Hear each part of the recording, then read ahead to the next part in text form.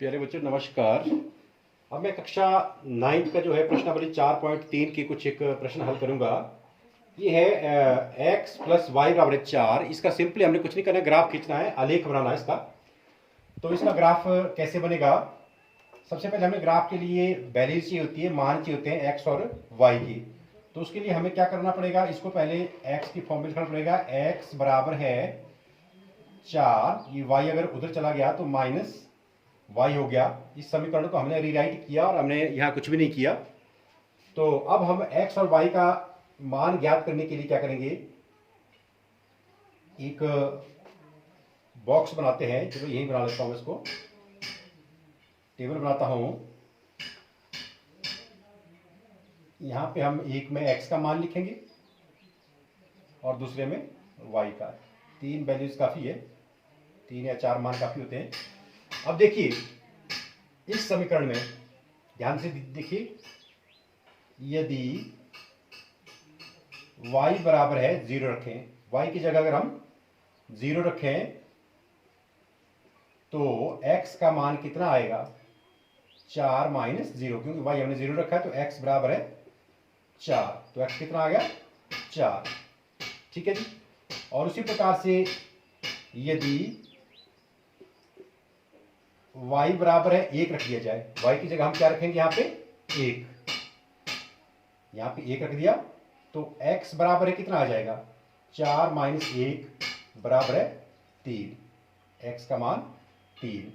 उसी प्रकार से यदि y बराबर है 2 कर दो, y का मान कितना रखो?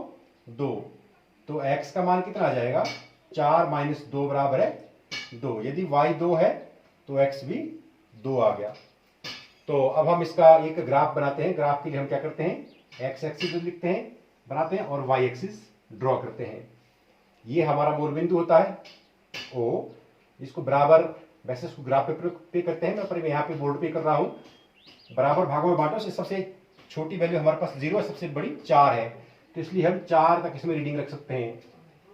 सबसे छोटी और सबसे बड़ा मान देखना हमने, 1 2 3 4। उसी प्रकार से इधर भी 1 2 3 4, 1 2 3 4। इधर को माइनस वाली वैल्यूज आ जाएगी, 1 2 3 4, minus 1 minus 2 minus 3 minus 4, 1 2 3 4, minus 1 minus 2 minus 3 minus 4। इधर से हम x की वैल्यूज लिखते हैं, x एक्सिस, और ये हमारी y एक्सिस है।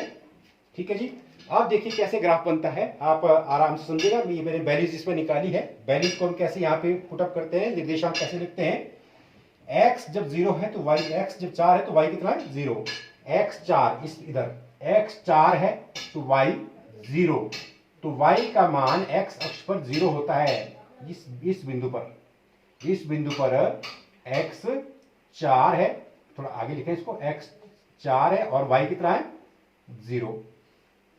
दूसरी वैल्यू है x अगर 3 है तो y का मान कितना है? 1। x 3 है तो y 1। तो ये कहां लिखोगे आप? यहां पे, इस जगह 3 के ऊपर, x 3 के ऊपर और y 1 के सामने। हम यहां लिखेंगे x जब 3 है और y तब 1 है। आप ऐसे लिख सकते हैं इसको, x 2 है और y भी 2 है, x के मान 2 और y का मान भी 2, x के 2 के ऊपर और y के 2 के सामने। यहाँ पे आप देख रहे हैं, यहाँ जैसे आई वैल्यूज की, और ये हो गया अपने पास x भी 2 और y भी 2। तो आप देख रहे हैं किस प्रकार का ग्राफ बन गया। हमारे पास ग्राफ एक सरल रेखा के रूप में बना। ये देखिए आप, ग्राफ हमारा कैसा बन गया? सरल रेखा। तो आप यहाँ पे लिख सकते हैं कि ये किस समीकरण का ग्राफ है? ये है x प्लस वाई बराबर है 4 का। आप इस प्रश्न को अगर, इस ग्राफ को अगर ग्राफ पेपर में बनाओगे तो ये और भी अच्छा दिखने में लगेगा। इसी प्रकार से इसका तीसरा भाग है पहले सवाल का ही। इसका भी हमें ग्राफ बनाना है, आलेख खींचना है। यहाँ हम सिंपली जो है x और y के मान ज्ञात करेंगे, वैसे ही जैसा कि हमने अभी पहले सवाल में किया था। इस प्रकार से यहाँ x के मान रखेंगे और यहाँ y के मान रखे जाएंगे। तो इस समीकरण में क्या है? अगर हम x यहीं पे देखते, सिंपल रखो यहाँ पे, अगर हम यहाँ पे x को कितने रखें? 0 रखें, अगर हम x 0 रखें तो y का मान कितना आ जाएगा, 3 इंटू 0 वो भी 0 हो जाएगा। अगर x 1 रख दिया जाए तो y का मान कितना आ जाएगा, 3 एकम 3। अगर x जो यहाँ 2 रखा जाए तो y का मान कितना आ जाएगा, 3 दूनी 6। तो आप यहाँ पे फिर से उसी प्रकार एक ग्राफ खींच सकते हैं, ग्राफ ड्रॉ कर सकते हैं। ये हमारा मूल बिंदु 0 है, सबसे छोटी वैल्यू 0 है, सबसे बड़ी वैल्यू 6 है। 1 2 3 4 5 6, 1 2 3 4 5 6, 1 2 3 4 5 6, 1 2 3 4 5 6। आप इसको लिख भी सकते हैं 4 5 और 6, -1 -2 -3 -4 -5 और -6, 1 2 3 4 5 6। ये y एक्सिस है और ये x एक्सिस है। और उसी तरह से -1 -2 -3 -4 -5 और -6। यहां से वैल्यू लीजिए, x 0 है और y 0 है, तो मान कहाँ आ जाएगा, इस पॉइंट पे। यहाँ x भी 0 है और y भी 0 है। आप लिख सकते हैं यहाँ पे 0, इससे पता लग गया कि x 0 है और y भी 0 है। x 1 है और y 3 है, 1 के ऊपर और y 3 के सामने। तो ये मान आपका यहाँ आ रहा है लगभग। और ये x कितना है, 1 है और y कितना है, 3 है। x 2 है और y 6 है। x कितना है, 2 और y कितना है, 6। तो ये मान आपका यहाँ पे आ रहा है लगभग इस जगह। x कितना है, 2 और y कितना है, 6। और ये भी आपका ग्राफ जो है कैसा बन गया, ये भी एक सरल रेखा बन गया। और आप लिख सकते हैं कि ग्राफ कौन सा किसका है, इस समीकरण का। y बराबर है 3x। बिल्कुल सिंपल है, बिल्कुल साधारण है। इस प्रकार से हमने इसकी वैल्यूज ज्ञात की थी। बाकी के जो ग्राफ के प्रश्न है इसके पहले भाग के, ये आप स्वयं करें। 2 प्रश्न इसमें और है। ये देखिए प्रश्न नंबर 2 है, बिंदु 2,14 से होकर जाने वाली रेखाओं के लिए समीकरण लिखिए। रेखाओं के लिए समीकरण लिखिए और बताइए कि भाई इस बिंदु से होकर कितनी रेखाएं गुजर सकती है। तो हमारे पास हल में हम लिखेंगे, हमारे पास बिंदु दिया हुआ है 2,14। देखिए पहला मान हमेशा x का होता है और दूसरा मान y का होता है। तो अगर हम इसमें समीकरण लिखेंगे, मान लेने के लिए हम यहाँ पे एक समीकरण लिखते हैं x प्लस वाई। तो x प्लस वाई कितना हो जाएगा, 14 प्लस 2 कितना होता है, 16। एक समीकरण का इसका ये बन सकता है। दूसरा समीकरण और भी हो सकता है। अगर मान लेने के लिए हम x माइनस वाई करते हैं, हम करते हैं x माइनस वाई बराबर है कितना हो जाएगा, x माइनस वाई। x हमारे पास 2 है, y हमारे पास 14 है, कितना हो गया ये, -12। x माइनस वाई बराबर है -12। इस प्रकार से आप कोई भी समीकरण इसमें लिख सकते हैं।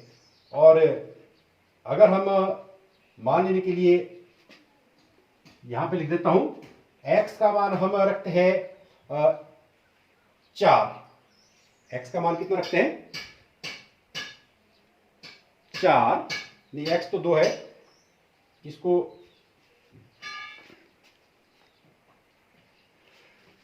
अगर हम लिखें इसको 2x प्लस वाई, मान लेने के लिए इस तरह का समीकरण लिखता हूं मैं। तो 2x, x कितना है, 2 2 दूनी 4 प्लस y 14, कितना हो जाएगा वो, 18। x 2 है, 2 दूनी 4 प्लस y कितना है, 14। 4 प्लस 14 18। इस प्रकार से हम इसके समीकरण लिख सकते हैं। इन बिंदुओं से होकर के कोई भी रेखा जाती है उसके लिए समीकरण ये है। और कहते हैं कि इस बिंदु से होकर कितनी रेखाएं गुजर सकती है। मान लेने के लिए हमारे पास ग्राफ में कोई बिंदु है, ये बिंदु है, तो यहां से होकर के कितनी रेखाएं गुजर सकती है, यहां से होकर के अनंत रेखाएं गुजर सकती है। आप बनाते रहिए इनफाइनाइट, हम इसको लिख सकते हैं इनफाइनाइट लाइंस।